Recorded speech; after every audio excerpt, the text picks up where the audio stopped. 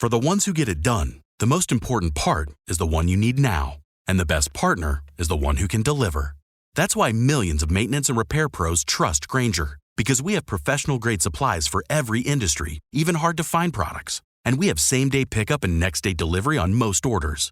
But most importantly, we have an unwavering commitment to help keep you up and running. Call, click Grainger.com, or just stop by. Grainger, for the ones who get it done.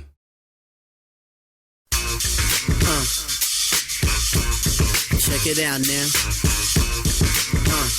This is probably as fun and as hardo as it gets for us. This is the Indian, to use Drew's term, the Indian Wells tennis betting preview podcast. We have done this now for several years in a row. This is tennis's de facto fifth major, the BNP Paribas Open, which I am going to on Friday. I cannot wait. My second year going in 3 years. Now, let me just tell you how this is working this year. Drew is skiing. I think one year we had Drew actually on the slope.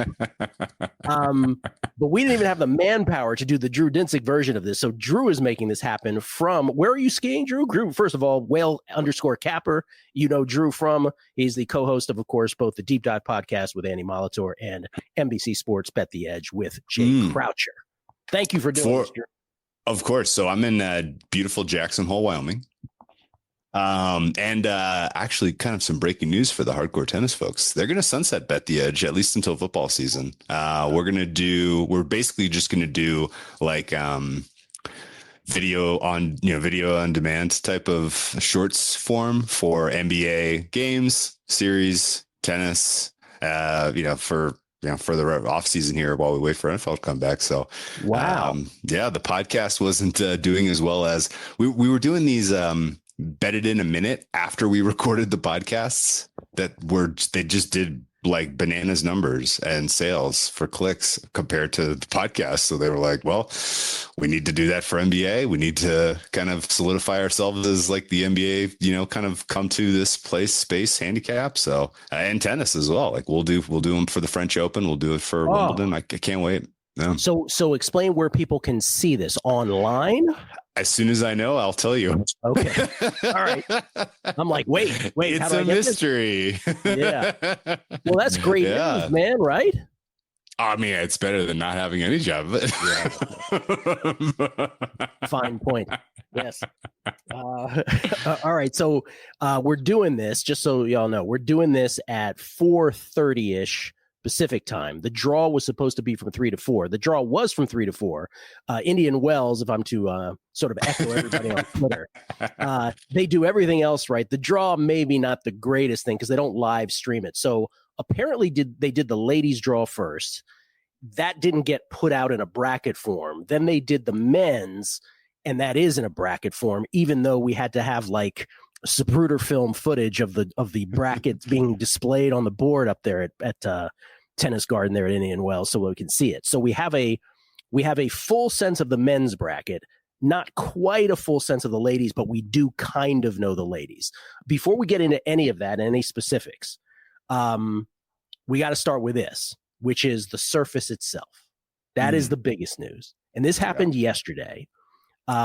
Where it just, I don't know if you had any knowledge of this, Drew, but this kind of completely I don't even understand how this happens at all. I don't either. How do they keep this secret? I have no idea. So just to let everybody know, so this is hard courts, but Indian Wells for the last 25 years has really been among the slow, if not the slowest of hard courts, right? It's this gritty, sandy kind of surface, which was called, I want to be very, very thorough about this. It was called Plexipave. For those of you who are really hardos, you may know Plexipave. Of course.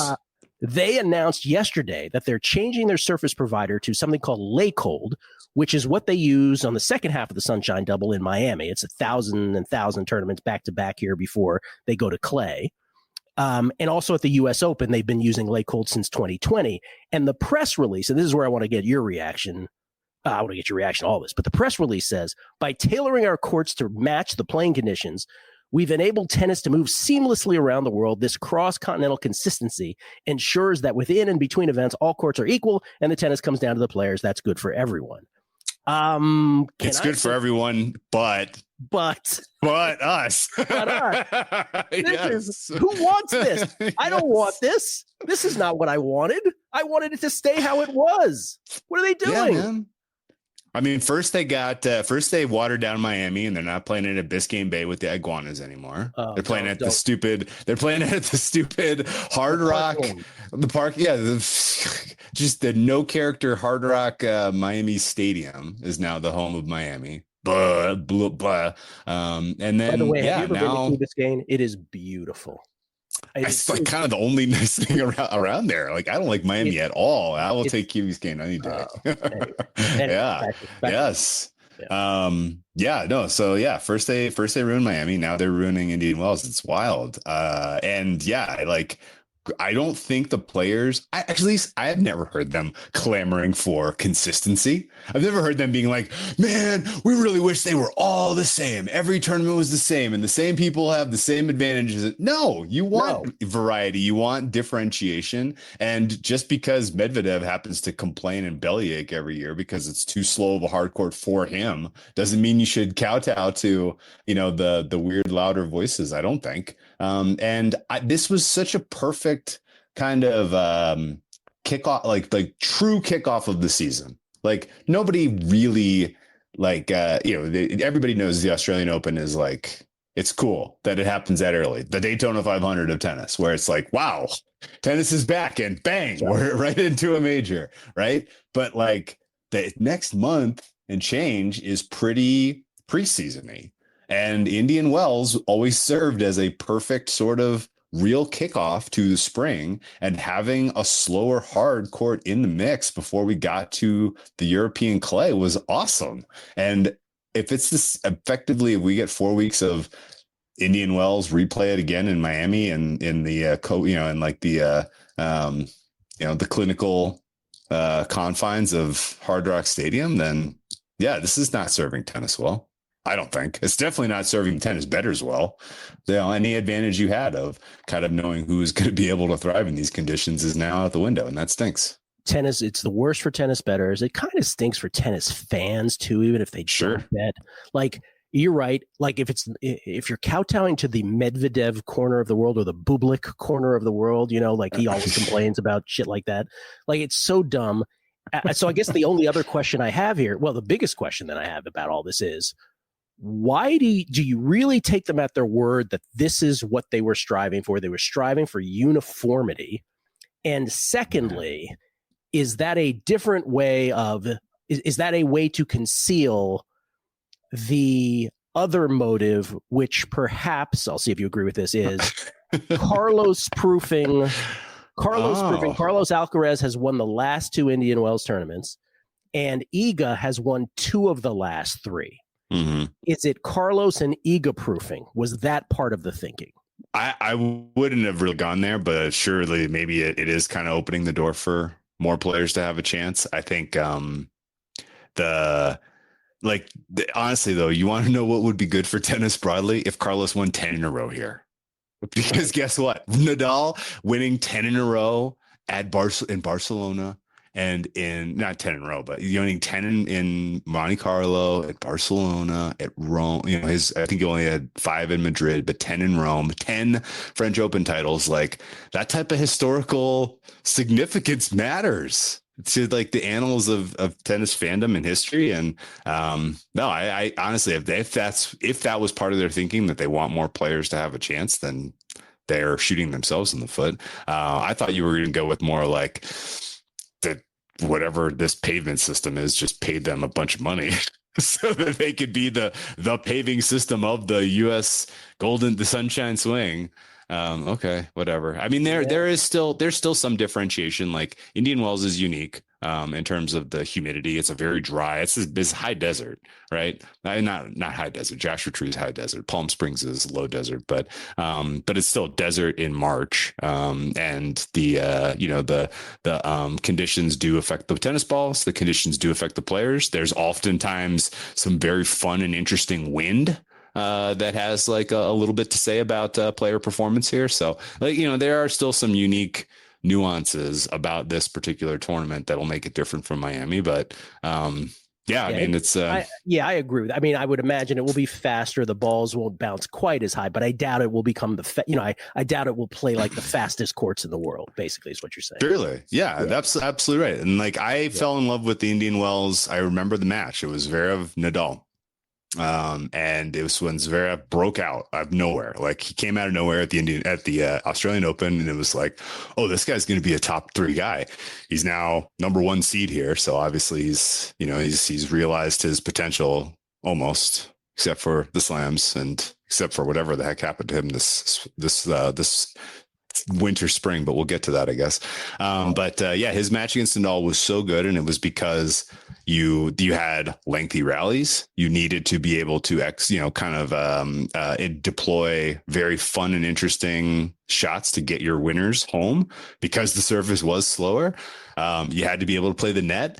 And it made for really visually exhilarating tennis compared to what you see when it's just serve bot stuff. And I'm one who will always kind of champion the most entertaining watching tennis is the European clay swing.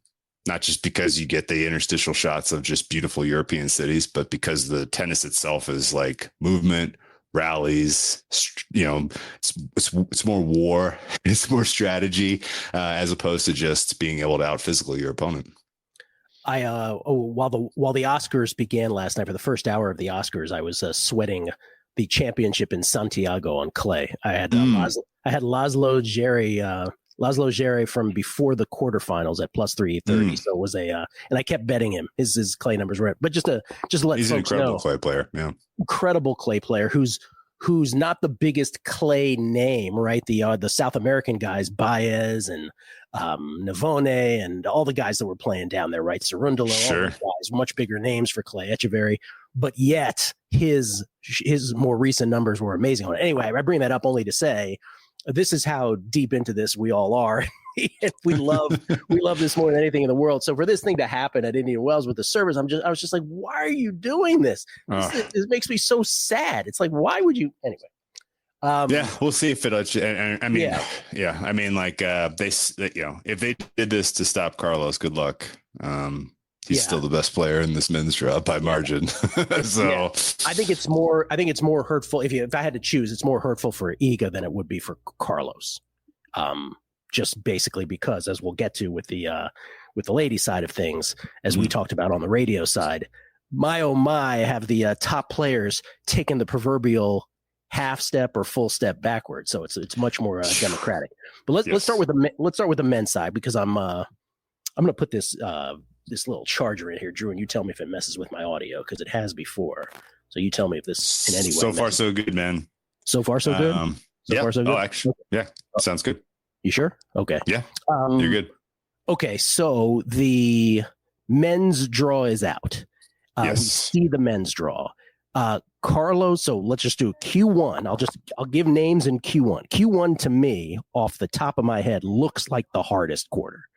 It is number 1 seed Sasha Zverev's quarter. In that quarter is Tomas Mahach, Tiafoe, and out of form Rune. Berrettini is in there. Humbert is in there. Tsitsipas coming off a win in the Middle East is in there. And Mapechi Pericard is in there, although we'll see if the courts allow him to be effective. But that's the first quarter. Yeah. I'll just go through a couple of Q2 is the Ruud quarter, which I guess I didn't anticipate Casper Ruud being the 4 seed. Yeah, surprising too. Yeah, Ruud, Tommy Paul, Lehechka, Mickelson, Medvedev. Q3 is Rublev. Oh, Q3 is pretty stacked. Rublev, Nakashima, Hachinov, Menchik, Shelton, Draper, Fonseca, Auger Aliassime, Fritz. Ooh, that's a big one. And then Q4, Djokovic and Carlitos Alcaraz. They're both in the same quarter. Nick Kyrgios, a potential second-round match for Joker. Also in there, Dimonor, Dimitrov, Monfils, and Shapovalov, who's been playing very well. Your initial thoughts on how those stack? Yes. Q3 is the quarter of death, in my opinion. You have the most informed players and the most kind of like guys that I had sort of highlighted and circled as to, where are they going to land in the draw? They're all in Q3. Q4 to me is being billed as another potential epic head-to-head between Alcaraz and Djokovic, which I take exception to, because if Djokovic makes the quarterfinal, then he will have surpassed my expectations here by margin. Wow. And also his path is very, very tricky. He's not getting any free lunch here, except maybe that Kyrgios match in round 2. I don't think Kyrgios has the fitness to go toe to toe. Kyrgios is probably losing to the qualifier, for being honest. Yeah, Novak to the qualifier. Yeah, Novak potentially would have to go Kyrgios, Cerundolo, Davidovich, Fokina. Oh yeah, both guys are in form. Yeah, and then the fourth round it would be Dimonor or Kotz, probably Dimonor. Yeah, both guys are in form. Quarterfinal, Alcaraz, Alcaraz, let's just say. Alcaraz, yeah. And then if we were to go after that, it would be the semis and the finals. But and then Carlos would be, I guess, Quintina Alice in round 2. Yeah.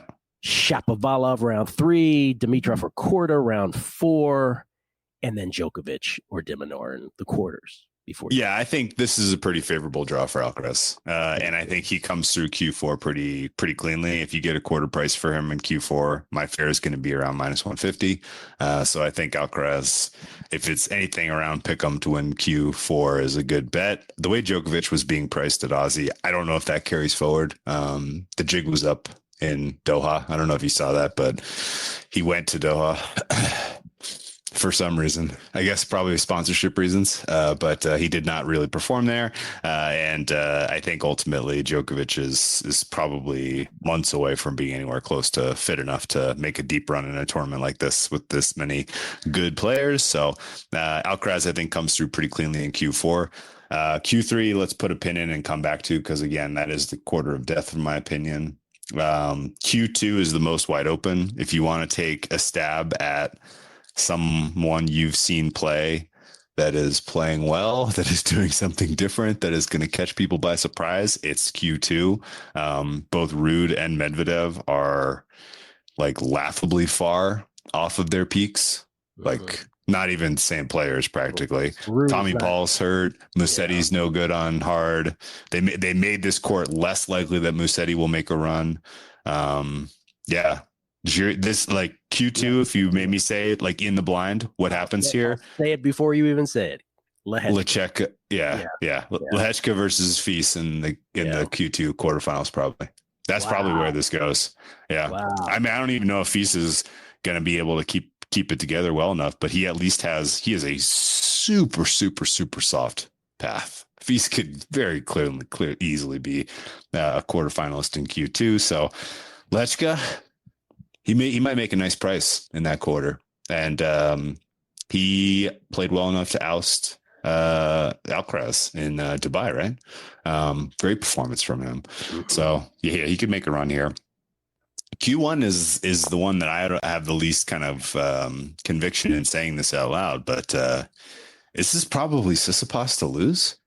If you go strictly, if you go strictly on what you've seen from these players in the last month, like that's there's true. No one playing well as him. Yeah, Zverev had a very choppy early part of this season. Dude, Zverev went to South America for an extended vacation and to collect some paychecks. My goodness gracious. His performances in Argentina and Brazil were awful. Yeah. Awful. He was laughable. And then Acapulco too. Leonard Tinem got him cleanly in Acapulco. Yeah. I feel like that's a tournament where he usually tries to ramp it up. So I was a little surprised that he just mailed that one in. So he just collected 3 paychecks. I don't get a sense that he really can just flip a switch, and his path actually looks pretty dang tough. So I think he's going to get, I would be a little bit surprised if he makes a final here. So I think we're talking about Tsitsipas Jiri for a final at Indian Wells. Like even a semifinal. Yeah. No, I think those two guys are that. I think that's your semifinal that plays for a spot in the final. Gotcha, yeah. So I mean, that's wild to say it out loud. Maybe the Tsitsipas thing is amazing because, like, before this last tournament, he sucked. Right? He was awful. Yeah, he was pretty awful. So it's like, you're all in? I mean,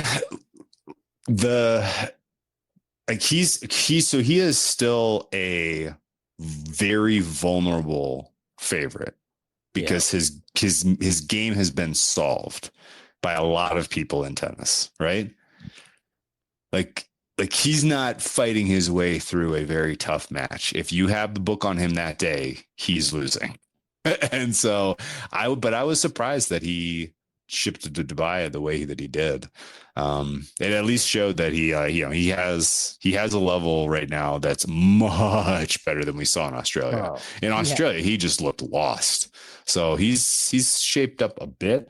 He had all the answers against OJ Aliassim in the finals too. Man. Oh yeah, he looked amazing. Yeah, he was kind of building into a crescendo throughout that tournament. Now, let me kind of caveat this: if you're new to tennis handicapping, sometimes when a player who has been either had trouble breaking through or been sucking for a while and then has a breakthrough, the next tournament out is a mission accomplished. Yeah. Feet up. Don't really feel like doing that again. I'm just going to go ahead and mail this one in. But what we refer to in football as a letdown spot. A letdown spot is exactly what it is. But I don't know that Tsitsipas can afford that. The way his ranking is right now and the way he's sliding with his performances end of last year, beginning of this year, I think he's got to try to make a run here. So match of Q1 is going to be Berrettini-Tsitsipas in the third round. Berrettini's playing great tennis right now. He doesn't look to have much of a challenge in round 2. So I think both Tsitsipas and Berrettini are going to be, right there in the third round, and that'll be a fun head-to-head. I got to put you on the spot now, though. Yes, sir. How do we feel about Mr. João Fonseca? Well, so I was just about to say, we have, if I am to right now say the most amazing round 2 matches on paper on the women's and the men's side, the men's side is clearly the potential round 2 matchup between Jack Draper and João Fonseca. God, that's going to be so good. That is, by the way, when we get to the women, Bencic might play Anisimova in round 2. That would be the equivalent to me on the women's side. But that is... I mean, this is like you said. That's going to be good. I thought Q1 was the worst. You're probably right. Q3 is probably a little harder with Fritz. Rublev has been great. Fonseca is the guy coming up on tour who we all kind of know about now if you've been following tennis. He'll be new to the casual fan, but most know. Draper was that guy maybe last year. Shelton is out of form. So he's the one guy where I'm sort of like, he could always rise up, but he has not been playing great. That's American soil. He made a deep run into Aussie. American soil. I always think about you, by the way, when I think about Tiafoe. I'm always like, Tiafoe, dude, Fritz, man, Fritz. This is Fritz's home tournament. Yeah, he won this tournament against Rafa Nadal. Who could forget that injury flipperoo that morning? Wild. I think let's put it this way. We don't have odds. We're doing this early enough that we don't have odds yet. What odds would you need to play Fonseca? I'll just throw it right back at you, which is say again because you got cut off there. I didn't say a number, but it's a big number. It's extremely, it's a big number. It's a big number. Yeah. It's a big number. But honestly, for any of these guys, like what's the short shot here? Fritz would be the short shot at what? I don't know. I could argue that Draper or Rublev should be the short shot, or Fritz, any of those guys. I mean, Fritz is your top seeded player. This is his home tournament. It's gonna be So Fritz really like. There's been years in the past where he has come into this tournament playing like dog's breath, and he has been like a revelation all of a sudden.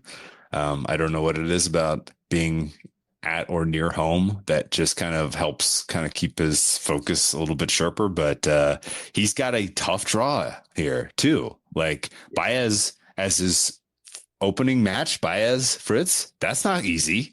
Baez he's playing great right now. He's a pain in the ass, is what he is. He's a pain in the ass. He's a pain in the ass. And then he's probably getting Tableau, I guess, round 3. That's an easy one. But João Fonseca, man, they buried this poor kid in this draw.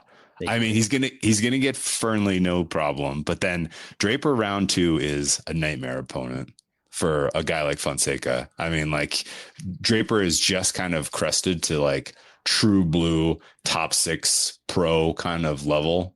And if Fonseca can take him down head to head, that will be like, you thought Fonseca arrived winning Buenos Aires? No, he arrived just beating Jack Draper in that kind of a match. Like that will be, off the top of my head, Fonseca is going to be at 3-4 to 1 in that head to head against Draper. And then against Felix Auger-Aliassime, who's in form, Fonseca is going to be 250 probably. Against Fritz, 3 to 1. Against Rublev in the quarterfinal. This is a hell of a money line rollover. Yes, the money line rollover is going to be 100 to 1 plus. Yeah, that's what we're talking about. Actually, let me do the math real quick since you asked. But yeah, you tell me. Like, I doubt you were surprised that he was one and done in Buenos Aires after winning. I went and done in Rio after winning Buenos Aires. But how much of that did you watch, and what is your current kind of read on his arc? First of all, I looked up and he was down 5-love. I was like, what is happening? Like, he's even here. Yeah. I still think that he is going to be a top 10 player. Okay. Like if Andreeva is, Andreeva's already in the top 10. Yeah, but like over what time arc? That's a great question. It's gonna be a little bit. I think this time next year he'll be top 20. And I think this time the year after he'll be top 10. How about that for a timeline? 2 years for top 10. I dig that. My money line rollover for him to win this quarter is triple digits. To win the quarter. To win the quarter. Yeah. Well, because think about it. There's 24 players in a quarter because we have buys here in Indian Wells. So it's not 128 players. So it's 24 players in a quarter. Here are 10 of those 24 all in this one quarter. They're all good. Yeah. Yeah, Rublev, Nakashima, Hachinov, Menchik, Shelton, Draper, Fonseca, Auger-Aliassime, and Fritz. I mean, that's brutal. Brutal. It's absolutely brutal. You agree with that Fonseca timeline, though? You think that's about right? Yeah, I think I would put. I guess I would kind of pencil in that he does something cool in Europe on clay. Okay. Right. Let's give him Munich. or Munich. Budapest. Yes. Stuttgart. Oh yeah, sure. Yeah, we'll give him a clay title on the way to the French Open, and I think at the French Open he makes a run to like the quarterfinals, assuming he doesn't get a draw like this. and then U.S. Open, he's probably out of gas. He's probably played too much for those young legs, and people are expecting him to break out, and he's a little underwhelming at that point. But next year's USO, I feel like next year's French Open USO, I feel like those are the two. That's where you circle him and you watch every one of those matches, and you should watch every one of these matches. Like when you're there, gosh, I hope for you on Friday. It's bottom half of men's draw, man. Like these are like those Friday matches are going to be sick. There's going to be some sick ones. Have you ever been to Indian Wells? Have you been to this tournament? I've never been to the tournament, but I've been to the area 50 times. Oh, yeah. I love it out there. It is. I mean, as great as I've never been to any slam but the U.S. Open, which is obviously its own awesome bucket list item at night. But there's something about this tournament. Like, it is just perfect in every way. There's also that like area, that field where all the players are working out right by the courts. You can like just sort of feels like you're hanging out with them almost. You got any while you're on this? Because I don't have anything else on the men's other than just Carlos is going to win Q4. Carlos is going to win. You got any tips for fans of the Megapod who are going to be out there to make the most of their experience? Yeah. If you're coming from Vegas, don't drive through the desert. That's my first thing. I tried that a couple of years ago. Well, if you have an electric car, $35 Southwest flights to Palm Springs, man. Dude. The problem is from Vegas. Wait, does Southwest go direct from here? Southwest goes from Vegas to Palm Springs for sure. And then there's like 35-minute flights. I said $35. I meant 35-minute flights. It's fast. Did I botch this? Did I miss this on Southwest? I've definitely done it in the past. Bro, you know how I'm flying there? Because I decided to fly. I swear to God. Frontier? No, I'm flying on a normal carrier, but I'm not flying direct. I'm literally flying to Phoenix to get there. So I'm leaving after the show Friday, and I'm like, you know what? I don't care if it takes 4 hours. I'll be so happy when I get there, well in time for the night matches. Can't wait. But if you're telling me Southwest has a direct, I am the biggest idiot going because I didn't even somehow that like escaped me to look at Southwest. I'm so dumb. Yeah, there's 2 nonstops a day. Yeah. Well, it is. I was wrong. It's not a 35-minute flight. It's an hour. It's an hour flight. But what times are the flights? What times are the flights? You could depart at 1:50 or 7:20 p.m. Your choice. Fuck. So dumb. I cannot believe how dumb I am. This is one of the worst revelations ever. So I botched that. I'll do better next time. Now you know. The advice there is merch can take about an hour and a half. The lines are so long for the biggest. So first thing you do, there. You go directly there. You almost like, I know somebody, a listener to a numbers game, Joe C., who lives in Southern California. He just went today because it was only an hour and a half drive for him to just buy merch. So that's my first advice is like figure that out. And the other thing is I have Stadium 1 tickets, but that might not be the optimal way to play it either. You're almost as good just getting a whole I don't know, field pass is the right term. Grounds pass. Pass. That's right. And just there's so much happening this first week. And this would be the week to go. Like if you're into the semis and the finals, that's obviously a great thing, but that's not kind of why I'm there. I want to see as many matches as possible. So got it. No, I dig it. Yeah. So we agree on Jiri Q2 price. That's going to be like 3 or 4 to 1. I think you're going to get a nice one there. Let me spell that for folks because I always think everybody is as into this as we are. Jiri Lehechka, Jiri. Jiri, yeah. Yeah, Jiri Lehechka, Lehecka is his name. He is on he's in Q2 along that, which is Rude's, I guess, quarter. Even though like I don't see him being the best player in that quarter, but anyway, that I agree with completely with you on. I agree that Q3 is the hardest. Q1 probably right after that, and I also agree with you though. Generally speaking, if I come to you from the future and I say Carlos didn't win this, who won it? I guess Scam Nori. No, not Scam Nori. It's going to be, it's probably like Scam Nori who won this tournament. Who won this tournament. Yeah. And the most fraudulent Masters 1000 title of all time. Do you remember who he beat? Nikola Spazlashvili? Yes. The Georgian. I think he's still playing. I think he was in qualifying today. He was in qualifying today. He might have beat someone in qualifying today. I saw him pop up in a tournament a couple tournaments ago out of the blue. I was like, holy shit, he's still playing. Yes. He beat Eubanks today. Ooh, PU in straight sets 6-2, 6-4. Poor Eubanks. Remember when he won that Wimbledon fourth quarter? Wow. That's right. A million years ago. Yikes. Yeah. You want to guess without looking what Jiri Lehechka's his current rank is among active players who are not suspended? We're not for the year, his yearly elo to this point. He is 10-3. Uh-huh. He has a head-to-head win against Alcaraz. What is his year to the date elo rank? 19th. 4th. He is 4th right now. I think a lot of that is buoyed by that Alcaraz win. But there are not many players. What is his ranking in the world, by the way? What is he? 24. 24. Okay. Yeah. His peak rank was 22. He's a 23-year-old, so he's very much coming on. But his run in Brisbane was excellent. He took out Rune, Nishioka, Jari, Dimitrov, Opelka on his way to a title. Now, granted, 2 of those were by retirement, but we don't count those. He got up to and defeated by Djokovic at the Australian Open. Wins. He got beat by Hurkacz in Rotterdam. Doha, he made it all the way to being defeated by Draper in the semifinals, and then Ugo and Bear got him in Dubai. Okay, so I made a misstatement a couple times. Then I don't remember who beat Alcaraz and Doha if it wasn't Jiri.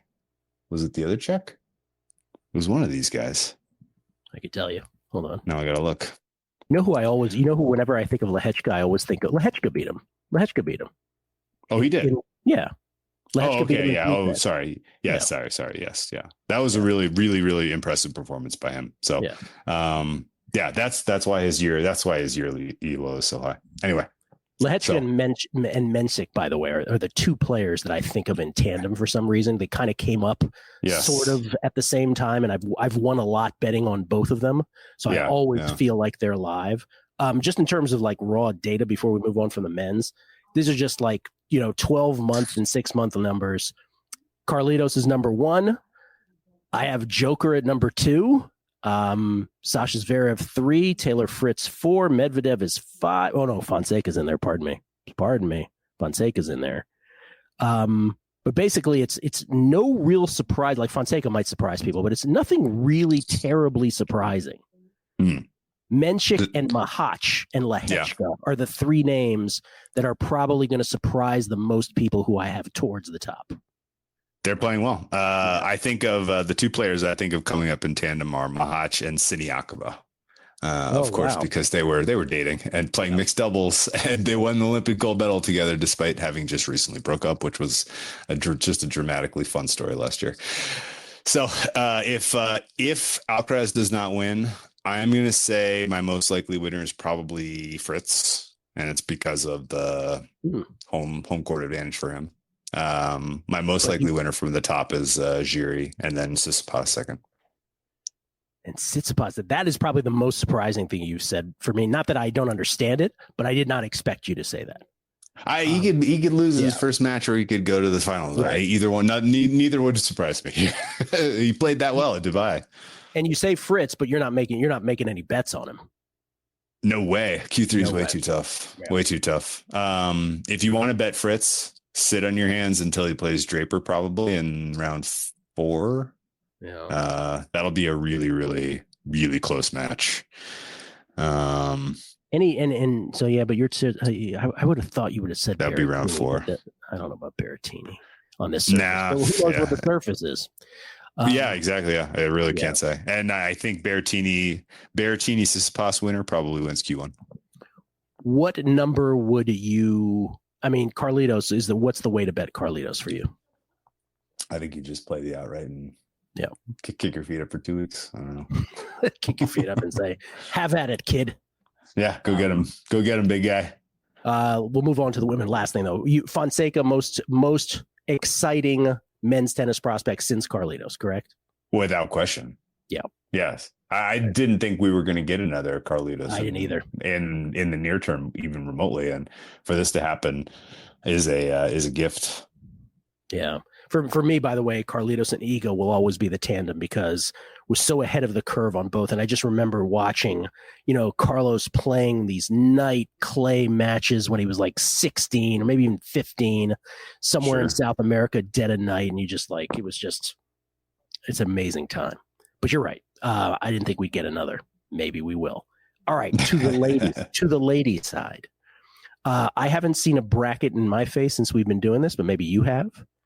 But I will give you we'll do the quarter by quarter. Well, I don't have the quarter by quarter, but what I do have is I can give you Iga's path. How about that? We can start there.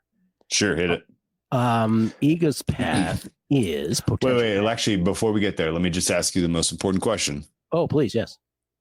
Is she on the same side of the draw as Ostapenko? She is not. So Iga wins the title. So Iga ships. This is good pod. Good pod, Gill. Good pod. Another title for Miss Swiatek. I love it. For those who don't know what Drew is talking about, Iga Swiatek is 500 or better against every player on the WTA tour, except for one. And her name is Yelena Ostapenko, who won the French Open. It's a close head-to-head, though, right? It is a very close head-to-head. It's 0-5. How is that possible? And they keep getting worse, by the way, it feels like. How is that possible? I don't know. That hamburger is in her head. That's got to be. It is. Yes, it is. It's kind of concerning that there is some kind of mental. There is to me at least, a whiff of like a small mental distraction can really derail Iga for some reason that I can't really quantify. I agree with you. Her quality of play at the Australian Open, and we talked about this before, was so phenomenally good through the first 4 matches, including just an absolute destruction of Emma Navarro.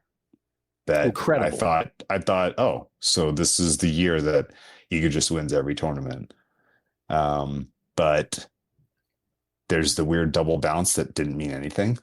It gets all of this attention, and to me, it felt like that was a bit of a handicap for her against Keys. And I don't want to take away from what Keys did, because that run was maybe the most impressive first title run we've ever seen. Yeah. And yet certainly Iga in the last 10 years. And yet Iga had a match point. She had a match point. Yeah, she had a match point. But it felt like she didn't feel like the same player that we saw just absolutely dismantle Navarro. No.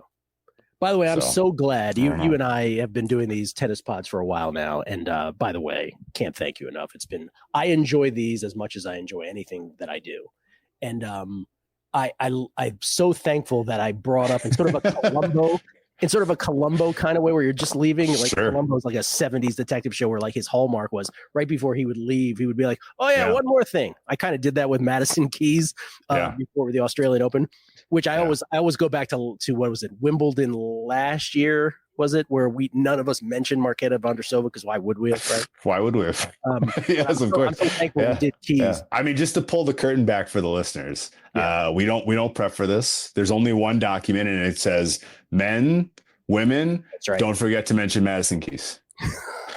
That's right. If this was the same surface that we know and love, she's not a factor here, right? No. Yeah. I don't think I don't even remember the most without looking. What do you think the deepest run she's ever made it here for? If she's made a quarterfinal run here in the past, I'm forgetting it. Yeah, I'd be shocked if she did. Yeah, I will look it up while we set the table here. Yeah. But yeah, Iga's your 2 seed. What do you think of her path? Iga's your 2 seed. Your path for Iga would be Caroline Garcia, who's been terrible in round 2. That's a win. But then, good God, the always tricky Ons Jabeur in round 3. Karolina Muchova in round 4. Good God. Never fun to play. Both of those players are spin masters. Quarterfinal would be anyone between Zheng Xinwen, Paula Badosa, or Linda Noskova. Semis would be Rybakina or Pegula. Final would be Sabalenka, Goff, or Ostapenko. I had to throw Ostapenko in there just to put it in there. Could you imagine an Iga Ostapenko Indian Wells final? I'd be like, oh shit. Hey, I'll tell you what, man. When she finally beats her, I'm going to have bet Iga that day. Yes. I will have bet Iga that day. I'll be honored. We finally got it. Martingaling this head-to-head until she finally wins. But to close the loop with you on Keys, you know why we don't ever remember making a deep run here? Is because she never has. She has made 1 quarterfinal here in her career. First time she played this event, by the way, 2011. And she has only ever made 1 quarterfinal run. And you know how we don't remember that quarterfinal, Gill? It's because Iga Swiatek beat her 6-1, 6-0. And it was a 43-minute match. 56-minute match. My bad. What year was that? 2022. Iga got her 6-1, 6-0. So aside from that, she has never made a quarterfinal. She's only made round of 16 twice. Like, this is a startlingly poor venue for her for some reason.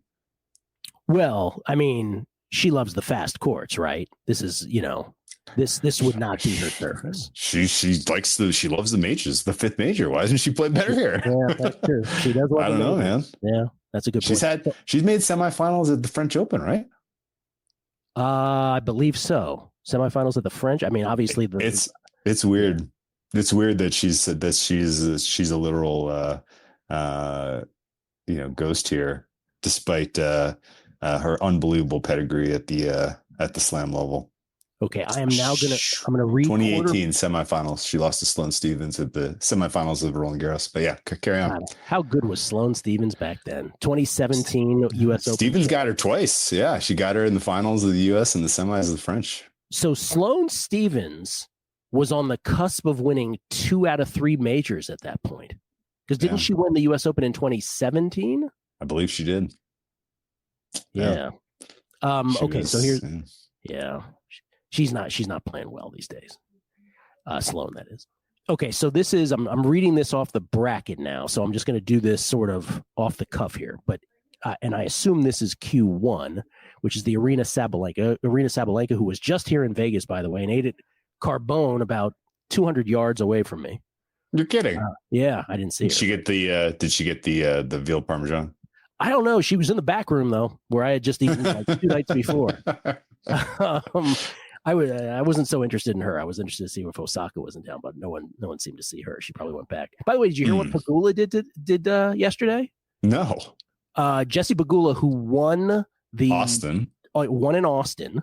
She waited after her singles championship for the doubles championship to end, and she invited Yuan Yue and two other players, or Blinkova was there, and I think there was it Shuai Zhang? Zhang Shuai was also there. That she took them all on her private jet. I don't know. Very cool. Listeners may not know that Jessie Pegula is a billionaireess, in addition to being one of the top 5 players in tennis.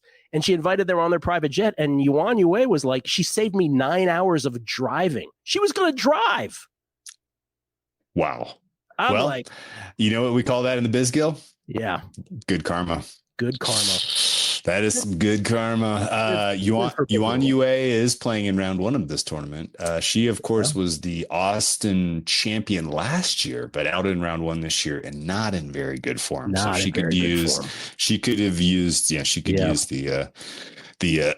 charity there. Okay. So here's Q1. By the way, this is an $8 million. The purse is $8.9 million here. Q1, Sabalenka. I'll just give you names here. And Alexandrova. I won't even say Haddad Maya. She hasn't been playing very well. Kasatkina. We just mentioned Sloane Stevens. Stevens Kennan. My goodness. Stevens Kennan in a battle of past slam champs. Samsonova, Leila Fernandez, Kudermetova, and Paulini among those in Q1. That's Arena, right? All the way. I think this is a very weak quarter. And by the way, $8 million purse, you know what we call that in the biz? A good month. Just kidding. No,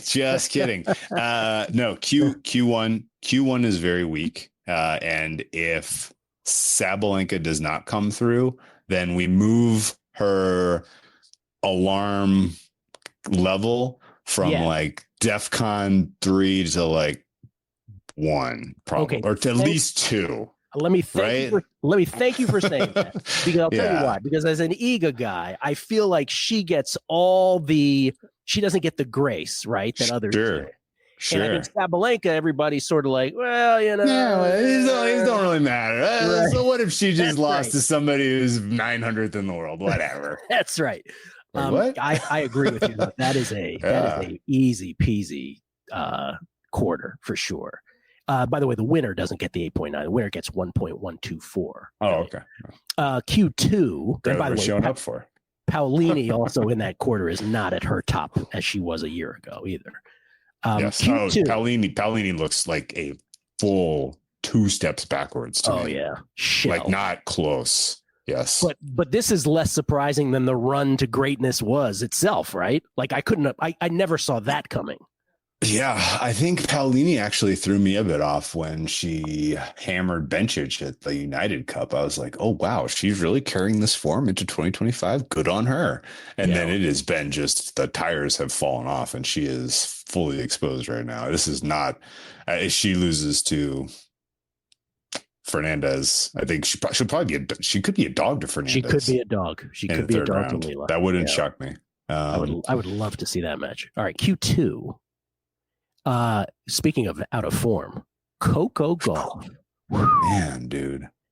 Coco Gauff, Sakari, who is not scaring any. Oh, first of all, it's Emma Raducanu, who she could meet in the second round. Mm-hmm. Sakari also in this. She is a shell of her former self. No, she was a finalist last year. She at this tournament. She's defending points. She's defending major points. Amanda Anisimova, who could take on these. These are probably the last of Sakari's points. Oh yeah, I think you're right. It's finally come to an end. Anisimova, who could take on Belinda Bencic in round 2, which would be the most amazing round 2 match of them all. Killer. Schneider is in here. Navarro, Vekic, Mertens, and Keys. Woo! Dang. Woo! Really good. Really, really, really good. Yeah. Really good quarter. And by the way, Avanesian, who's like, she's playing great. Scrappy. Yeah. She should have beat Navarro. And yes. What was that other tournament that was going on? Merida. Yeah. So did you know that was at a city in Mexico in the Yucatan Peninsula that's not on the ocean? Why in the world would they send them to a non-coastal city in the Yucatan Peninsula? My goodness gracious. Yes. We're going to send you to inland Yucatan. Yeah. What? Okay. All right. Let's do it. But yeah, Navarro played fine. Her final, she was spectacular. Double bagel in the final for her. Double bagel against Arango. Wow. It's rare. You're not supposed to do that. No. I think Navarro and Keys come through on the bottom, even though we did spend all of that time kind of waxing about how Keys is not great here. But to me, that makes her maybe a little vulnerable in fourth round or quarterfinal.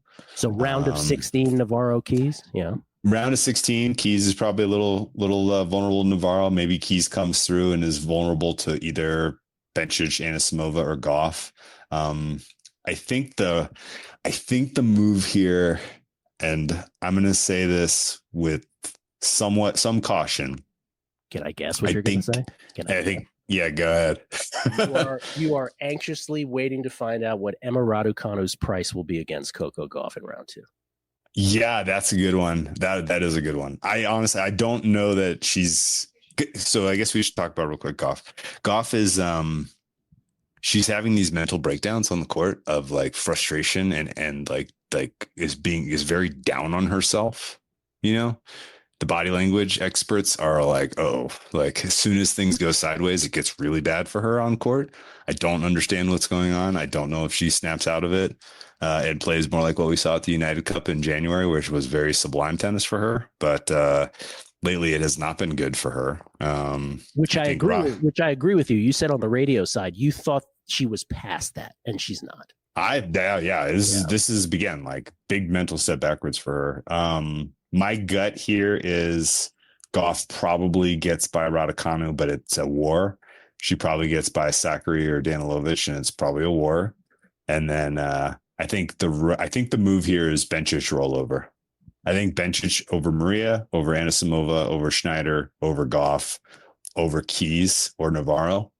I think that gets you into like the 80-1 range for Bencic to win this quarter, and I think that's the move. Right now, I see Bencic as she is playing top 5 for me.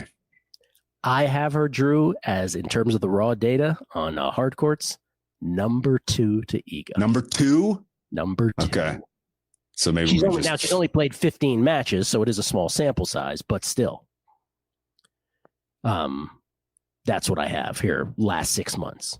11-4. I have 12 so and far? 3. Do I have it wrong at 12 and 3? But it is 15 matches either way. But I have her number 2. I have Sabalenka 3rd. Okay. So, by the way, I mean, Naomi's numbers are great. She's up there. So is Pegula. So is Andreeva. Rybakina is 7th. And then it's Goff and Noskova and Keys. But I mean, that's a great top 10 of data. It's really good. With Zheng Xinwen, and Anisimova right on the outside, and Navarro on the outside looking in of that. Yeah, this is a good quarter. It is a great quarter. Quarter 1 stinks. Quarter 2 is awesome. Yes, agreed. Quarter 3, that is Rybakina's quarter. Rybakina will play the winner of Boskova and Lemens in round 2. Who else is in here? Katie Bolter, who we haven't seen a lot of, is in there. Surprised by her ranking, honestly. I didn't know she was this high. Yeah.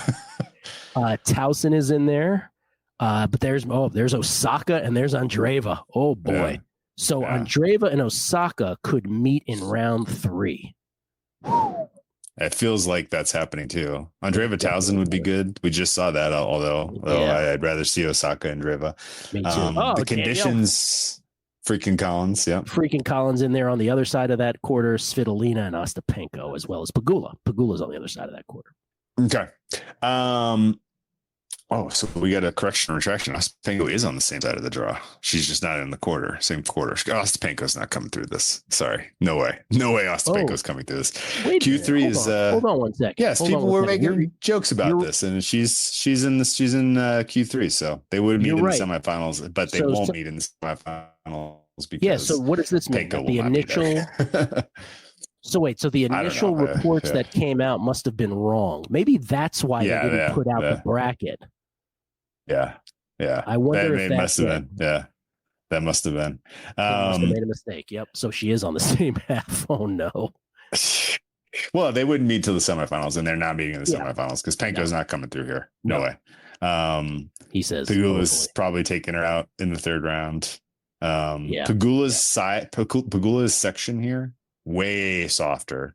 She's almost certainly a quarter finalist in Q3.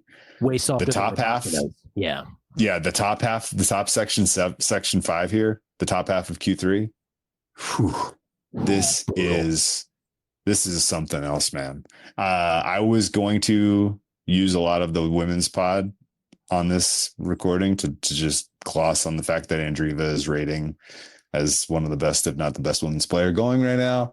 But this is tough, man. I don't really fancy her second round being a difficult one, although look at that flash from the past. Petra Kvitova is back from maternity leave. I would just like her to get some match fitness under her so she can be fun to talk about for Wimbledon. I don't think she has any realistic chance here. Osorio Osaka is fun. Osaka Tausen's fun. Osaka Andreeva is fun. Rybakina Andreeva is fun. All of those matches really are coin flips, I think. Andreeva Tausen would not be a coin flip. Andreeva Osaka would be for me.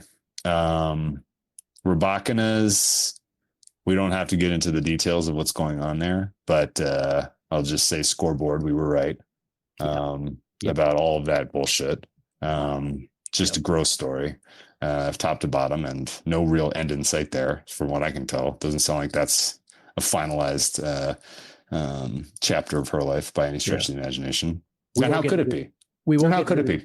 Yeah, we won't get into the details, but what Drew is referring to is a coach / romantic interest / brainwashing, abusive presence. Yeah, it's awful. In multiple channels, an abusive presence in her life is still kind of still trying to sort out the messiness there, but she's still good enough to win this. I don't think Andreeva getting the better of her at Dubai, I thought was pretty telltale that Andreeva's ahead of her right now. What did you think? Yep, I thought so too. And you can't help but have your mind go to, if that situation did not exist in her life, this would be different. Yeah, that's right. Yeah, Andreeva is trying to prove it, like she's trying to prove it, as opposed to Rybakina looking for answers. Yeah.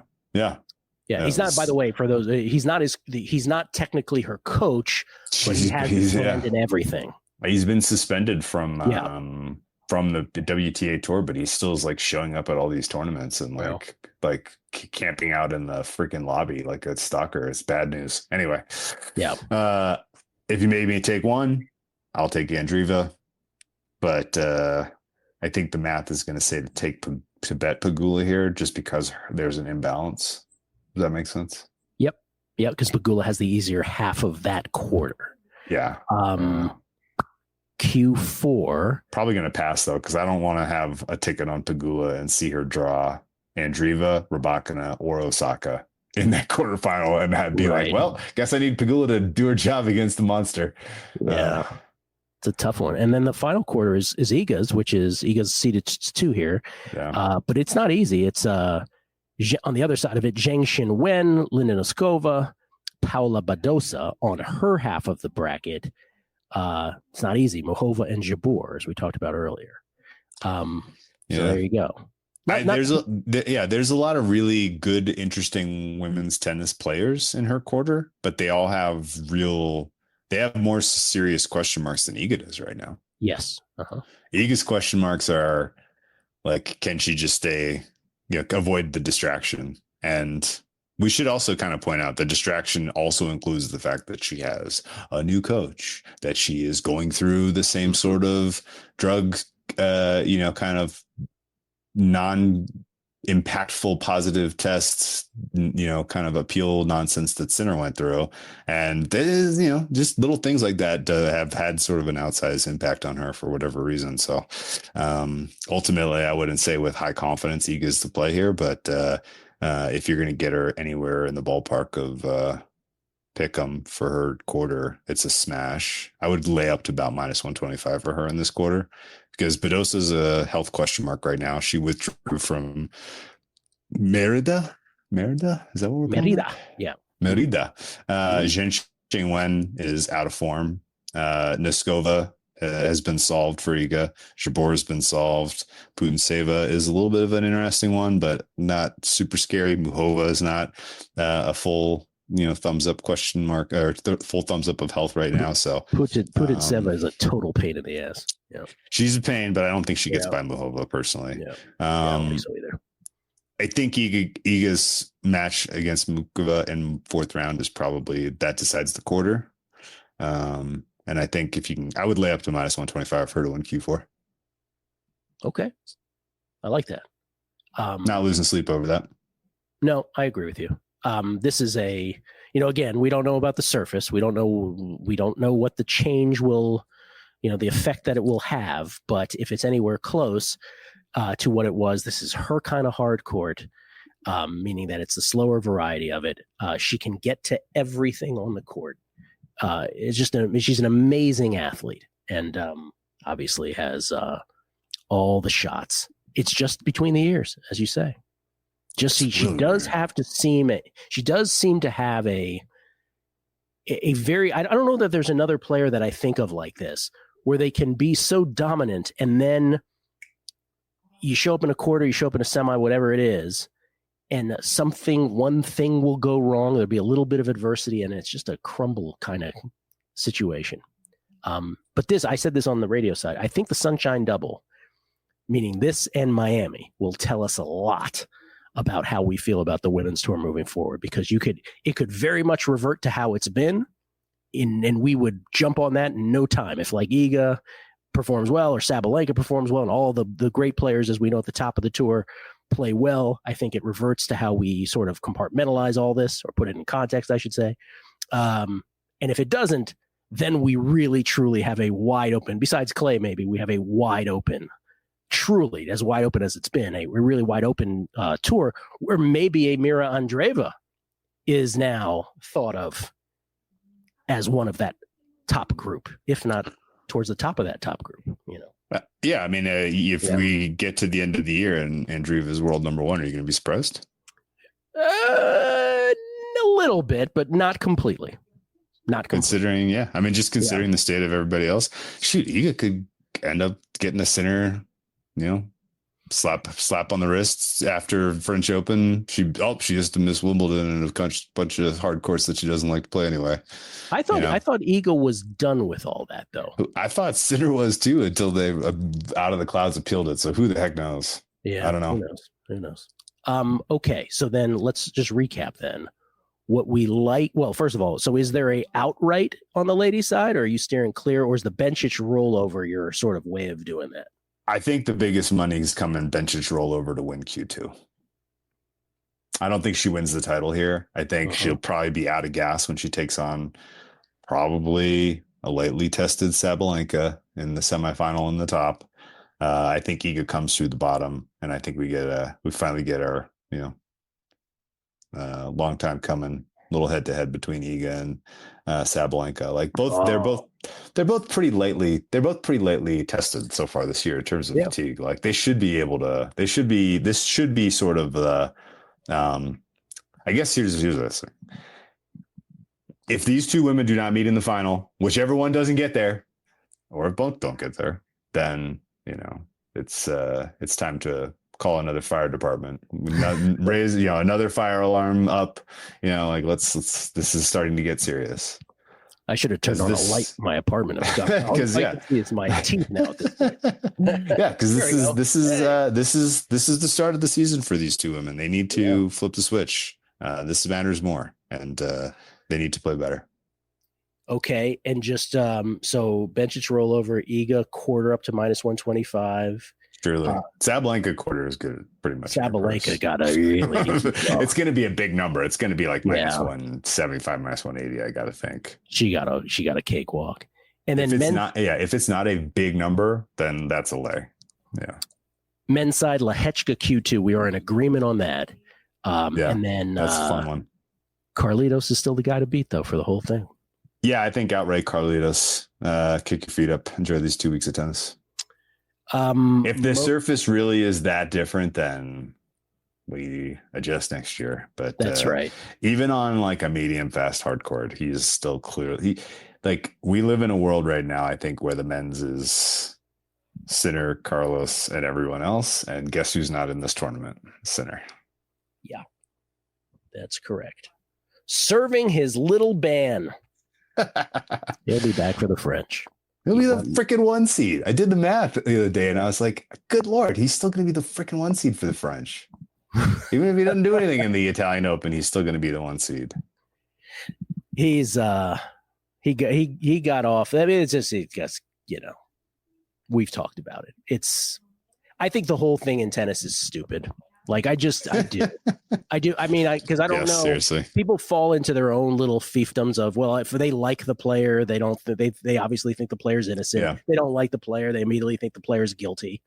And who knows what's true, what's not? It's funny. Maybe Simona Halep wasn't wrong. Maybe, I don't know. Oh, she got the real raw. She did. Raw end of this, no question. I'll just say this: if you think Rafa Nadal is perfectly crystal clean, look at yourself in the mirror and say that out loud. If you think Djokovic is perfectly clean, look at yourself in the mirror and say that out loud. If you think Federer is perfectly clean, you're right. He is perfectly clean. He's a very, very good person, and he's my favorite player of all time. And I can't imagine that he's ever done anything wrong. That's exactly what I mean. It was so funny because people are like nodding their heads and they're like, wait a minute. Wait, what? yeah. But the three of those guys, to your point, the three of those guys changed everything we ever knew about tennis. But so did Serena, right? So did Serena in terms of an age curve. Yeah, absolutely. All right. I appreciate it, man. Enjoy the desert, man. Thank you so much. Enjoy the rest of your trip skiing. I'll do my best. I'm going to put this up as soon as I can. I know Zach wants to chime in as well, but we will throw it up right after that. And good luck with the tournament, man. I'm sure we'll be communicating as it goes. All right. See you then. Drew Dinsick, everybody. Whale_capper, again, deep dive podcast with Andy Molitor, and then NBC Sports Bet the Edge, which he does with Jay Croucher. And to come is what again? Let's close with that. NBC Sports Betting Analyst. You'll see us all over if you go to the NBC Sports webpage, apparently. So I'll keep you posted. Fantastic. Thank you, Drew. All right, so that was me and Drew on Monday evening, right as the draw had come out on the men's side and was coming out on the women's side. Or again, as I should clarify, the women's actually came out first, but I think they had a problem with the bracket, and so they released the full men's bracket first because initially they were like, Ostapenko's on the other side of Swiatek. Now she's on the same half as Swiatek. So I don't know. They had a thing at Indian Wells. They do everything right at Indian Wells except for the draw release. Now it is Tuesday morning, the second part of this pod. And I'm joined by, of course, Zach Cohen, who not only works at VSiN, part of the glue that holds the whole operation together at VSiN, but obviously, not obviously, maybe some don't know, does a whole bunch for the Tennis Channel in podcast form. And every once in a while might be able to be seen on the actual TV itself talking sports or talking tennis betting. Although, as he has told us in the past, maybe they're not as open to receiving it as we'd like them to be at this point. Zach joins us now from his spot in Phoenix. How you doing, man? I'm doing well. I can't wait for this tournament. This is usually as good as it gets for a non-major. I do like some of the clay court Masters 1000s, but this is probably my favorite tournament. I really need to get over there again. I haven't been since, I believe, 2019. Oh, this will be my second. I am so excited. I was telling my girlfriend, I was like, I'm more excited for this 2-day trip than I was for like the 2-week vacation. I love this tournament so much. So obviously, you and I will try to do it with alacrity here. We talked about earlier with Drew, the surface, none of us knew this. I assume you didn't know either. Sunday, they come out with the announcement, we're switching the surface. Remember that gritty, slow, sandy hard court that we had? It's probably going to be a little faster now because we've gone with this with the surface that makes it more uniform with Miami and the U.S. Open, which absolutely nobody was clamoring for, lay cold. I don't know how you felt about that initial announcement and what you've observed so far. So at first, I really didn't like it. I texted you right away. I'm like, I like, the diversity in events, especially on hard courts. I don't want everything to play really fast in favor of the big servers and the power players. I like, the grittier clay court-like vibe that we've had with Indian Wells in the past. But I will say, having watched a lot yesterday of qualifiers, I was giving out qualifier picks. I was trying to kind of figure out how these conditions would play. It played really slow. First serve percentage points won were actually down from the past 4 years on the ATP side. And it was, not a significant margin, but definitely a little bit lower. And you saw some, big servers like a Christopher Eubanks just really struggling to hold serves. So I think I'm going to kind of treat it the same way that I have in the past. Maybe things change drastically today, but I think for, as much as they might want to speed up the surfaces in terms of, switching to lay cold and actually changing the surface itself, the desert conditions are going to slow it down. Yeah, I mentioned that with Drew, where it's like, okay, I mean, we all tend to overreact. Maybe the balls will bounce a little less high. Maybe it will be a touch faster, but no one's expecting it to play like grass or anything. So that's interesting what your observation is from qualies already. So that makes me feel better. Because I don't I don't know why they would strive for uniformity, Zach. I don't want that. I want diversity. This is what makes this tournament interesting. Yeah, maybe it's, reading too much into Medvedev and players of his status complaining about it being so different, but I really just don't want to see it play anything like Miami. I love how different these 2 weeks are. It's called the Sunshine Double, but the tournaments cannot play any more differently. So I like that. I hope it stays that way. I did pull from Tennis Abstract that, the surface speed for Indian Wells is 0.84, which means a 16% lower ace rate at Indian Wells than a tour average surface. I think maybe you bump that up to 0.9 or so with the changes, but I would say it's still going to play slower than U.S. Open in Miami. I love that. Perfect quantification of it. Okay, that makes sense. I'll go with that. I'll go with 0.9 and I'll be happy. All right. So now Zach and I were just talking about this. Obviously, people have been listening to this pod to this point. This is a real quick turnaround. The draw comes out. However quickly or slowly they get that out. And it's 36 hours till this tournament starts. So now it's the next morning. Nothing was available before we went to sleep last night. This morning, DraftKings and MGM were the first to put out tournament odds. BetMGM, the first to put out quarter odds. Let's start on the ladies' side. What did you land on? Because I have made one wager. That is all I have made so far. One wager so far. And I'm curious where you have gone on the ladies' side. So I made a few. I have Sabalenka to win the tournament at plus 450. I got that at FanDuel. I think it's still out there. I also took Sabalenka to win her quarter at minus 120. I just looked at the players that she might be facing compared to the other elite players, and it's like a completely different tournament. Like this is, it feels like a grand slam for Iga. For Sabalenka, she's not going to feel that way until the semifinals, I think. I just don't see anyone in her portion of the bracket really challenging her. It's really crazy, honestly. If you really look at it, like there's not even a highly seeded player that would even threaten her. Having said that, nothing's a given, but I do really like her at minus 120. That was my biggest play of the tournament so far. Also with you though, on Belinda Bencic to win quarter two, I got that at plus 500. And I also took Emma Navarro plus 700. And the way I kind of saw that bracket playing out is I see Bencic playing Navarro in the quarterfinals. So I'm hoping just to have, one of those two getting to the semis. I agree with everything you've said. Obviously, in the Bencic case, I got Bencic 6-1 Q2 this morning. And I was telling Drew, I have Bencic as having, and it is a smaller sample size because she hasn't played as much. Certainly not even in the last year she hasn't, but these are all like out of 15 matches. Her hard court numbers, if I'm just taking pure hard courts, not sort of distinguishing by gradation of hard courts as you just did with this court, but hers is second to Iga in terms of just raw data. So 6-1 for me in a stacked quarter, right? Goff, who's out of form big time, and I'm being kind. Raducanu, Sakari, Anisimova, which could be Bencic, Anisimova round 2, Schneider, Navarro, Avanesian is even playing great, Vekic, Mertens, Keys. I mean, everybody, Keys has never done anything in this tournament, but all of those are in one bracket, in one quarter. And you're right about Sabalenka, Zach. That's the easiest quarter to me. She really got the best of it. Kessler is her potential second round opponent. That might be the scariest person she has to play. Alexandrova, Kasatkina, Fernandez, Kudermetova, and Paolini. And Paolini is a shell of what she was a year ago, I think. So I'm with you on that, man. It really played out well for her. Yeah, and actually, who I have playing Sabalenka in the quarterfinals of that, I have Kenin getting all the way there, which is I think that's a really weak part of the draw. And I do think we saw something from Kenin in the Middle East. She played a lot better than we've seen in the last 2 years, and just talent-wise, I do think she's still there. I have her beating Paolini again, which we saw happen in the Middle East as well. But yeah, I just don't see any of these players challenging Sabalenka. With you on Avanesian, I have her beating Donna Vekic in round 2, but I do think that it's going to be Navarro, Bencic in that quarter. And I think that Navarro's playing really well after having played well in Marito last week, and I don't really trust Madison Keys at this tournament. Yeah, no, it's never been. Drew and I talked about it. It's never been her surface. She's only gotten to the quarters once. We had to look that up.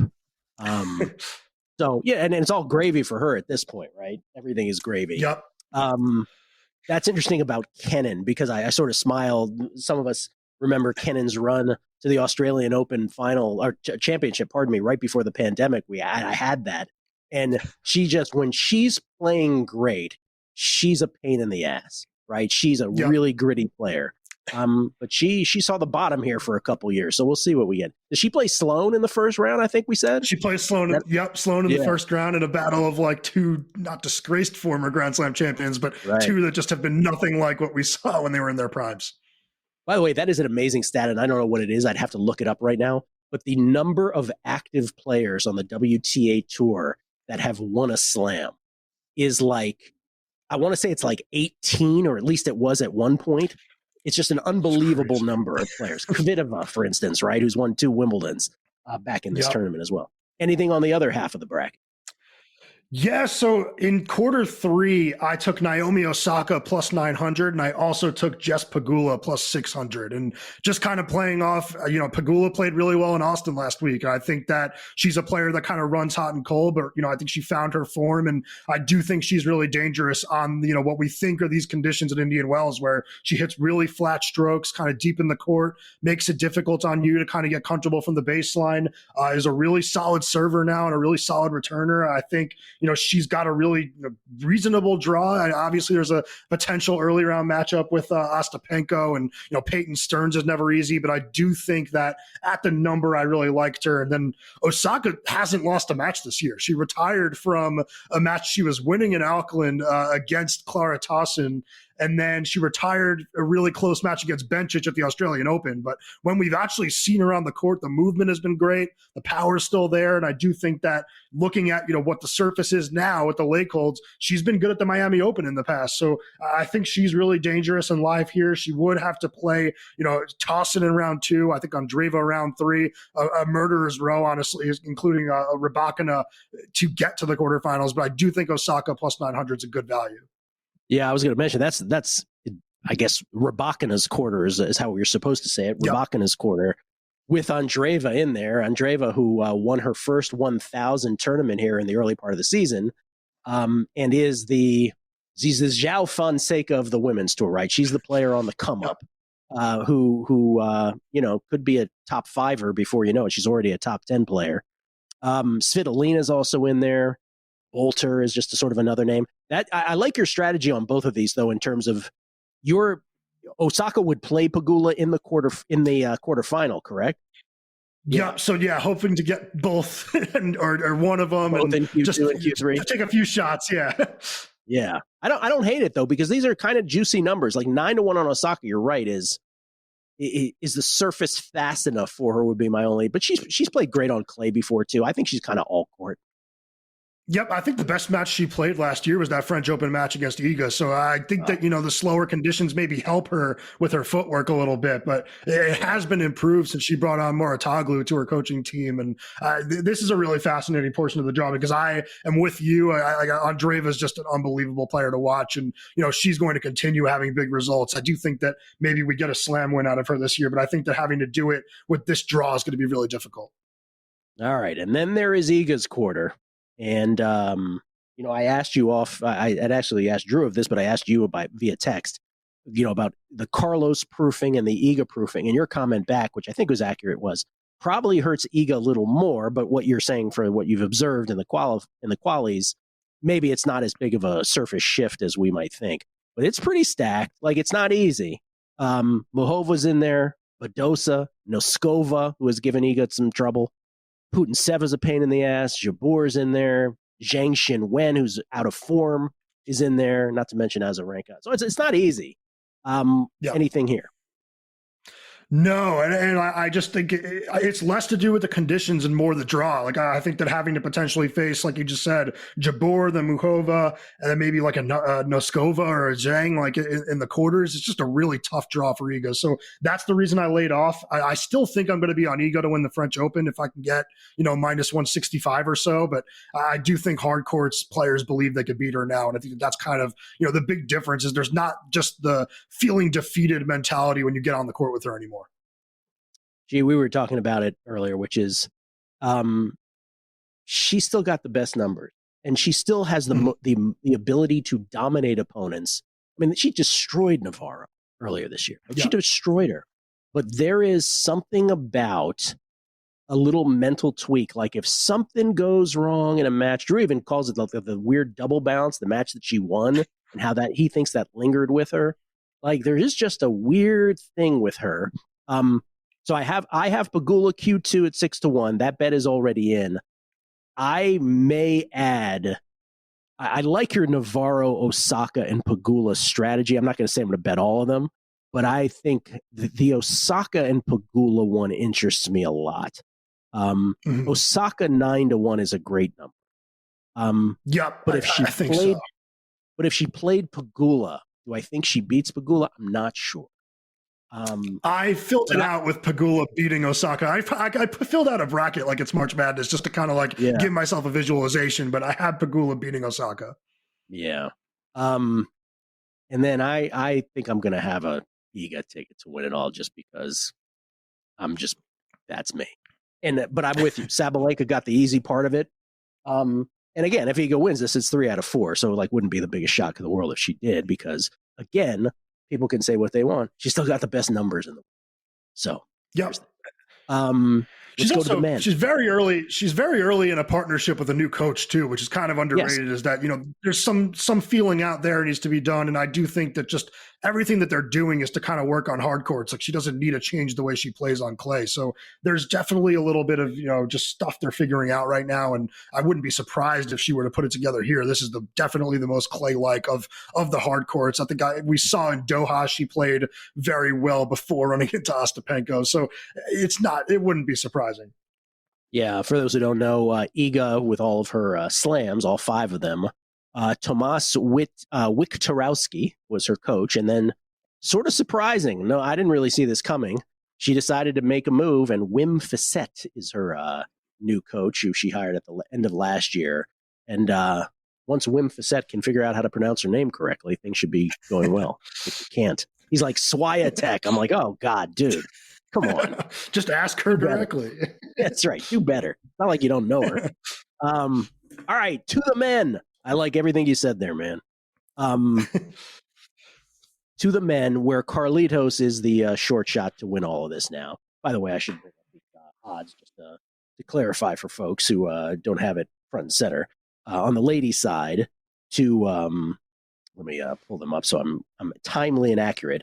But Aryna Sabalenka, the number 1 seed, number 1 in the world, is the short shot at plus 450. Iga, the number 2 seed and the number 2 player in the world, right behind her at, what's the consensus you're seeing? Like 4 plus 475, something like that on this? Let me try to find it. I'm trying to find out what the consensus here. Again, this is all. There's a 500 for you. 5-1 at DraftKings for Iga. Yeah. 4-1 on Arena, 5-1 for Iga. And then Rybakina and Goff both at 8-1. If you bet Coco Gauff at this point, you're braver than I am. And then Andreeva 11-1, Maddie Keys 12-1. Don't do that. Jesse Pegula 25-1, Muhova 30-1, Anisimova 30-1, Ostapenko 40-1. What is Bencic to win it all? 60-1. Good God. Jeez. Maybe I'll play that too. I'm gonna have to add some, man. I'm gonna go crazy. Men's side. Let's start the men's discussion with actually giving you these on the men's side. Men's side. Let's see what I can find here. See, the men, it doesn't come up. They don't have it listed. I see. Whereas on the ladies' side, they do have it. Hold on. Maybe I'm wrong. I know this is fascinating. I found a listed odds checker. Oh, here you go. Carlitos plus 250. Novak, who is in Carlitos's quarter, is the second shot at plus 650. The number one seed, Sasha Zverev, is 7-1. Then Medvedev, 14-1. Fritz and Tsitsipas, both 18-1. There's your men's outright. Don't know if you have an outright to start with. You can all either go there or go to quarter one. What do you want? I played two outrights. I played Tsitsipas at 19-1, which feels definitely a little prisoner of the moment after, a good run in Dubai last week. But I do think that top half of the draw is gettable. And I think on a slower kind of hard court like we just saw, 2 events in a row, I think that Tsitsipas is going to look a little better from the backhand wing, which he has over the last 2 weeks. And I just don't really see anybody in front of him he's going to be fearing. I think, a potential matchup with Berrettini in round 3 is tough because that match could have gone either way in Dubai. But I think 19-1 is a pretty good number considering who's in that half of the draw. I think that Zverev is going to go out early again. I don't know if it's the bicep injury that he's got taped right now, or it's, the pressure of trying to play for, the number one ranking in the world, but he has not looked good between the golden swing and then just everything we've seen in Acapulco. I think he's bound for an early loss. And that's kind of where I see the opening with Tsitsipas. And then I did play Djokovic plus 650. And I can kind of talk to you a little bit more about how I view that Alcaraz matchup going, but I just am at the point where I need to see Carlos beat Djokovic again before I believe it's happening. You are very much with Drew on Tsitsipas. You are very much not with Drew on Djokovic. That's how I would describe it. Yeah, but I did not have both of you landing on Tsitsipas, by the way. You for the outright, him for the quarter. But you're right. I mean, Sasha Zverev is not in form. And while there are names in that quarter, Rune, not in form.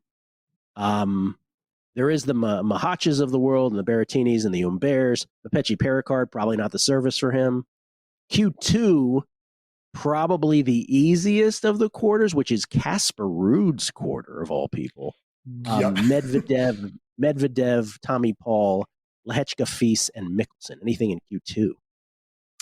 So this is the draw of opportunity. I wanted to find a quarter winner really badly here, but honestly, Ruud, Paul, Medvedev, I could see any of them losing in the second round here. It's I just have not seen anything that makes me, trust them to win a match that, they should really go out and win. So I ended up staying away. The way I see it playing out is kind of, seeing Ruud against Medvedev for, in the quarterfinals, but I don't feel strongly enough about it to bet it. Yeah, this is Drew definitely had one. He's going Lehechka here, but when the quarters numbers came out this morning, I was thinking Bencic and Lehechka, and I only bet Bencic. I was like, I got to do a couple shows. I'll come back and I'll think of others. I'm not sure I'm going to make that play. I'm going to right now. My thinking is I'm going to have multiple plays on the lady side, and I'm not sure where my money's going yet on the men's. Yep. So you're staying away from Q2. And you got Tsitsipas. I would assume you're also betting him Q1 in addition to an outright on with Tsitsipas? I was choosing between plus 400 to win the quarter and 19 to 1 to win the tournament. I ended up going with the outright just because I think that Tsitsipas is going to beat whoever's in Q2 the way he's playing right now. I don't think, Medvedev's got the firepower right now to beat him if that ends up being the matchup. And if it's Ruud, we've seen Tsitsipas, kind of beat up on Ruud in the past. So I like him to make the final. I'll say this again about Tsitsipas. A week, 10 days ago, this would be an impossible discussion. We would not have the same discussion. Yeah. Right? He was playing so badly, but he had. I was saying I did very well on futures last week. I hit I didn't do them pre-flop, but I did a mid-tournament on Jerry and Pegula and Navarro. It wasn't anything that sexy.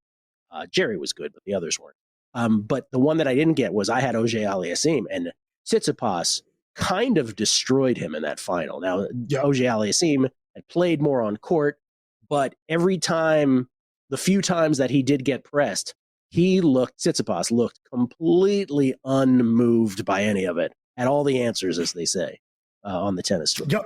And he to just the other side made a racket change. Yeah. Oh, sorry. He just made a racket change. And you never know like what that means to a player. It's like maybe it's a placebo, but there was just a different energy to him last week. On return, he was bouncing up and down on his feet and just kind of looked very engaged for the first time in a long time. It's a guy that, it hasn't looked like he's been enjoying tennis for 2-3 years now. And I know that there's a lot of weird stuff with, his dad and his coaching team. He got rid of him. Now he's, working with an interim coach. But I just thought he looked like he was enjoying himself for the first time in forever. And I think that just all of that equated to just a much better version of him. Not that I come to you for the gossipy part of this, but is he still with Badosa? They still together? Yes, but Badosa just pulled out. I just saw a tweet that she pulled out of that mixed doubles event. So I wonder if she's not going to play the tournament this week. Oh, wow. Well, that would be a plus for Iga, as Badosa is in her quarter, right? I mean, that not that she necessarily needed that, but that doesn't hurt. If that's the case. That's interesting about Badosa. Yeah, she just walked off the court in her last tournament, right? She just was just like, I've had enough. Back injury, Paula Badosa.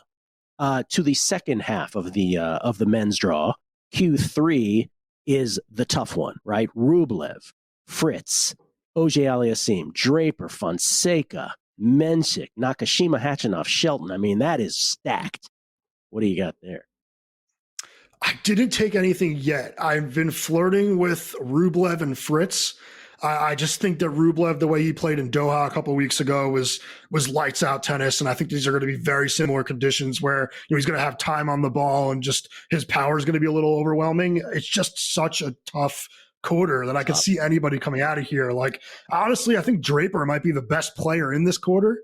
But I'm nervous about him running out of steam the way he did against Rublev in that final. And in the third set, he was kind of out on his feet and had no chance. I think that, playing 4 physical matches in a row here would mean a similar fate if he faces Fritz in the quarters. So I think it's going to ultimately be Fritz or Rublev. I just don't love the price on Fritz at plus 350 and Rublev 5-1. It still seems a little short too. Drew was making the point, too. This is a California tournament. Fritz loves a California tournament. He won this. He won Indian Wells, remember? The famous, is he hurt? Oh, no, it's Nadal who's hurt. That final, right after the pandemic, or during the pandemic. Okay, yeah, I'm with you there. Because the Draper thing is, I guess I can draw the comparison to Bencic, and people might be like, well, why'd you bet Bencic then? Bencic probably has the most... If you're talking about marquee potential round 2 matchup, Bencic and Nisimova, it probably doesn't get better than that. But I really believe Bencic is just a notch above, and I think she can get her way through that quarter. In this case, Draper's got to play Fonseca in the second round, which is probably the marquee second round potential matchup. But it's just a gauntlet, right? There's no resting. And so you just wonder if a bet is worth it here. And I'm with you. I don't necessarily fall on one. And then it's Q4, Zach. Carlitos Alcaraz, Novak Djokovic, who may play Nick Kyrgios if Kyrgios beats a quali in round 2. Shapovalov, who's in form. De Minaur is in there. Monfils, Dimitrov, Davidovich, Fokina, it goes on and on. But this is about Carlos and about Novak, and you've already sort of made your case here. Yeah, I just really like Novak at plus 650, and I know that he would have to come out of a match against Alcaraz, and that seems really daunting, and it is. Like, Alcaraz has been so good at Indian Wells. This is maybe the best tournament he has, honestly. It's as good as he's looked at Wimbledon, as good as we think he's going to be at the French Open. I just think that this slow, hard court has produced the best tennis for him, but at the same time, the last two matches between Djokovic and Alcaraz have been not lopsided. I wouldn't say that they've been dominated in any way, but I think that Alcaraz is having a lot of trouble kind of returning Djokovic's slider serve into his forehand side. And that was a big problem at the Olympics. And it was something that they did not correct at all for the Australian Open. And I'm just nervous about them kind of coming to this match with the right game plan to figure that out. And I also kind of think that Djokovic's just ability to hit flat, solid strokes eventually leads to Alcaraz errors when, he kind of pumps up a forehand and tries to end a point, just, relying on his talent. I think that Djokovic kind of knows now that he can outlast him both physically and mentally. And I think that if Djokovic is healthy after that hamstring injury, I think he's going to beat him again. I know that that's a little crazy after he lost to Berrettini, but that was his first tournament back. He's had a little bit of time since then. And I also don't know that it's really that bad of a loss given the way Berrettini has played over the last 2 years. So I just think that plus 650 for Djokovic to get by Alcaraz. And then from there, like, who has the mental strength and confidence to beat Djokovic in a big match? I don't think it's anyone. I'm pumped because I have seen Carlitos play live, but never Nadal or Federer or Djokovic. And so if I get a chance to see Djokovic, it would be awesome just to put on the old bingo card. Djokovic, who will turn 38 years old in May, has won 5 of these BNP Paribas Opens, 5 of these Indian Wells titles. Roger Federer won 5 as well on the men's side. That is the most, I believe, all time, if I'm not mistaken. Yes, it is. But Carlos has won the last 2, beating Medvedev in both finals. Did Djokovic ever play Federer in the final? Yes, he did, twice, and won both times. Oof. Did not know that till just this moment. Yeah, they did overlap. Well, Federer had won 4 of his 5 when he then faced Djokovic twice, and Djokovic ended up winning his 3rd and 4th. Then Djokovic won his 5th against Raonic. Federer then won his 5th against Wawrinka. And Federer actually lost a couple more after that. He got to 2 more finals. So Federer, he's been to 9 finals, Federer. Yeah. I'm sorry, go ahead. No, I was going to say, the year I was there, I believe it was Dominic Thiem that beat Federer in the final. Yeah. Dominic Thiem got his slam. So didn't retire with that one. All right. So then recapping here, you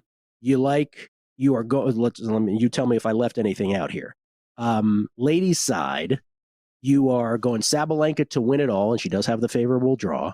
You have both Navarro and Bencic in Q2.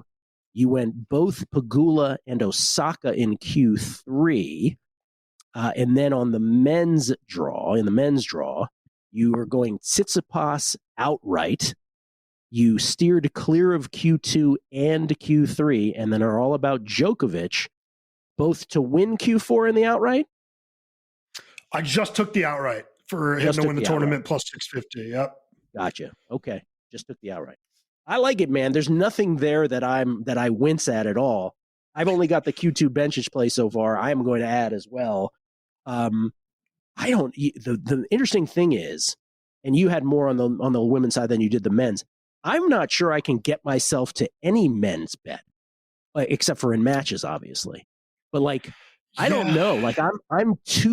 I have too many question marks about everybody in what ends up being loaded brackets, whereas I have way more conviction with some of those, and the numbers are more generous on the women's side. That's how I kind of landed on it. Yep. I think that I went into the tournament expecting to have something on Draper, but like you said, Fonseca, Felix, Fritz, he could lose any of those matches because they're all going to kind of be serve fests where you get late into the sets and it becomes 50-50 late in those matches. They really legislated Fonseca out of this tournament. Okay. The kid will be great here soon, but it's not going to be here this weekend. Or I should say this 1 week and a half. I like how Indian Wells tries to say, we're not a major, but we're more than just your average tournament. We do it for a week. Drew, by the way, the biggest thing that happened earlier on this podcast is that Drew, because I'm an idiot apparently, Zach, I forgot to check Southwest Airlines here from Vegas. So Drew tells me, yeah, there's 2 straight flights from Vegas to Palm Springs on Southwest. So I canceled all the flights I have. I got refunds, not credits. Excuse me, I got credits, not refunds. Pardon me. And so I'm on Southwest now, direct to Palm Springs. So I was literally going to go to you in Phoenix, pick you up, and then go to Palm Springs. That's what we're going to do. So what days are you going? I'm just going for this weekend. I went last year, 2 years ago for the first weekend. Didn't go last year. I think the first weekend is if you have a job, obviously if you didn't have a job, go for the whole thing. But I think the first weekend to me is better than the second, because the second it's like semis and finals and it kind of feels like the party's over. But the first weekend, man, it's unbelievable. They call it tennis paradise. It really is tennis paradise. The weather is typically perfect. The merch is awesome. The atmosphere in that tennis garden is incredible. As great as the U.S. Open is, I was saying this, there's nothing quite like Indian Wells. It really is awesome. Yep. The tennis hardos. And I love that yesterday that everybody was waiting desperately for the draws. Like, I love that about tennis fans. It's like this little community of like, where is it? Give us our crack. Yeah, awesome. Honestly, the early portion of any tennis tournament is the best. Just the matches all day. You get a day pass and just kind of cruise around. It definitely beats the end of a tournament. Yeah, even the U.S. Open, which, I mean, I think a night match of the U.S. Open should be on everybody's bucket list. The way they used to have it at the U.S. Open, where they would play the men's semis and the women's semis the day before the men's final. Do they do that anymore? Did I? Maybe they still do. I don't think they do. I could be wrong about that. I'm not sure. But I confuse all the schedules now. Yeah, it used to be. We used to have it every year, and we could know it. But I remember that Super Saturday used to be a thing at the end of the U.S. Open, and I'm not sure they play it that way anymore. I can't remember, like you said, because they'll run into each other. Zach, I appreciate it, man. We're going to get this podcast out. I know it's a little abbreviated with you and me, but we want to get it out so that people have, most of 24 hours at least to listen to it with a quick turnaround. And all of your picks, all of my picks for VSiN subscribers throughout the tournament and every tournament at vsin.com/picks. That is for subscribers.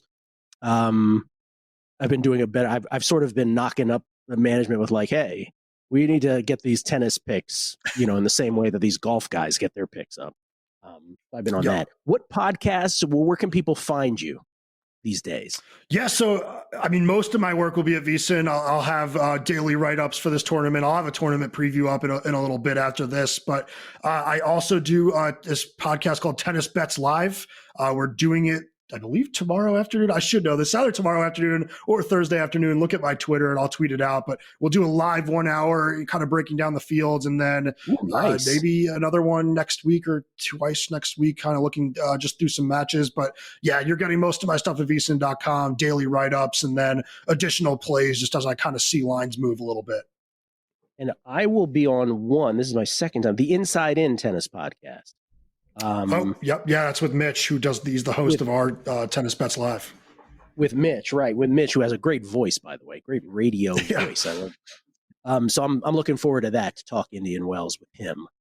Can't wait, man. Zach, appreciated it. At Betting on X on Twitter is where you can find Zach as well. Thank you, brother. Appreciate that. Thank you. Good luck with all your bets, Indian Wells. We will be back next with a March Madness Megapod with Todd Wishnev and Will Hill.